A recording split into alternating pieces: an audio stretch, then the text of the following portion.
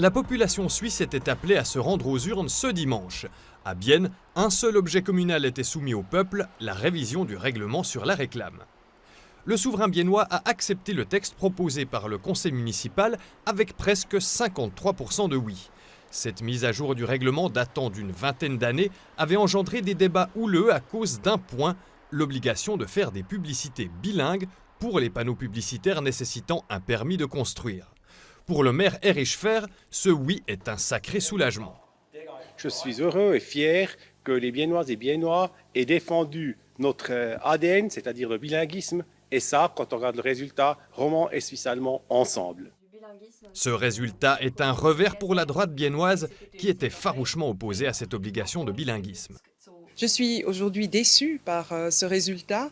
On a un règlement qui est une fausse bonne idée, un règlement qui voulait promouvoir les romans, mais qui reste très ouvert sur son application. Je dirais même un règlement qui a été fait pour la galerie.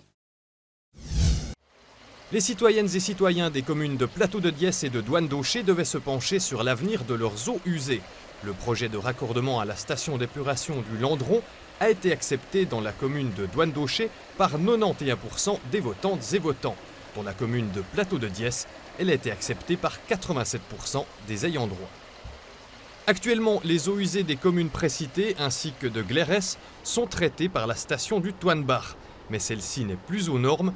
L'idée est donc de pomper les eaux usées jusqu'au Landron et de démanteler la station du Toinebach. Le coût total des travaux pour le raccordement est devisé à 20,5 millions de francs, partagés principalement entre le canton et les communes. Mais tout n'est pas encore joué car les citoyens de Glérès doivent aussi se prononcer. Ils le feront mardi soir en assemblée communale. En cas de non, c'est tout le projet qui tomberait à l'eau et il faudrait envisager une autre solution. Passons aux votations au niveau cantonal. Le souverain bernois ne veut pas d'un congé parental. 66% des votantes et votants ont rejeté l'initiative populaire qui prévoyait 24 semaines de congés supplémentaires pour les parents après la naissance d'un enfant. 6 semaines pour le papa, 6 semaines pour la maman et 12 semaines à répartir librement entre les deux parents à partir de la naissance de leur enfant jusqu'à l'entrée à l'école enfantine. Toujours au niveau cantonal, le peuple bernois a accepté les ajustements des freins à l'endettement par 68% de oui. Il s'agit d'un article de la Constitution du canton de Berne qui encourage les économies au détriment des investissements. Le but est de réduire la dette du canton qui s'élève à plus de 7 milliards de francs. Comme le canton de Berne va devoir faire de gros investissements dans les années à venir, par exemple avec le campus de la Haute École spécialisée bernoise à Bienne, il a besoin de plus de marge de manœuvre. Et cela passe par un assouplissement des freins à l'endettement. À Soleure maintenant, le peuple a accepté la modification de la loi sur la santé avec 63% de oui. Cette modification concerne les autorisations des fournisseurs de prestations dans le domaine ambulatoire. Toujours à Soleure, la population devait se prononcer sur 2 initiatives jumelées qui concernent les impôts. Elles ont les deux été rejetées, la première par 59% de non. Elle visait à empêcher le gouvernement solerois de procéder à une réforme de l'imposition des biens immobiliers. La deuxième a été rejetée plus largement encore, 61% des ayants droit ont dit non. Cette initiative demandait que les déductions fiscales ne puissent pas être réduites pour les 10 prochaines années.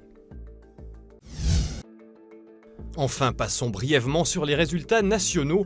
Le souverain suisse a accepté la loi sur le climat et l'innovation, qui vise la neutralité carbone d'ici 2050, mais sans interdire totalement les énergies fossiles, à plus de 59%.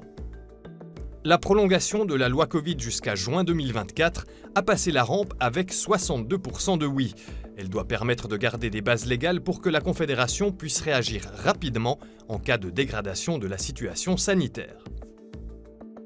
Enfin, le peuple a très largement accepté l'imposition minimale OCDE G20. Il s'agit de fixer un taux d'imposition minimum de 15% pour les grands groupes d'entreprises actifs à l'échelle internationale.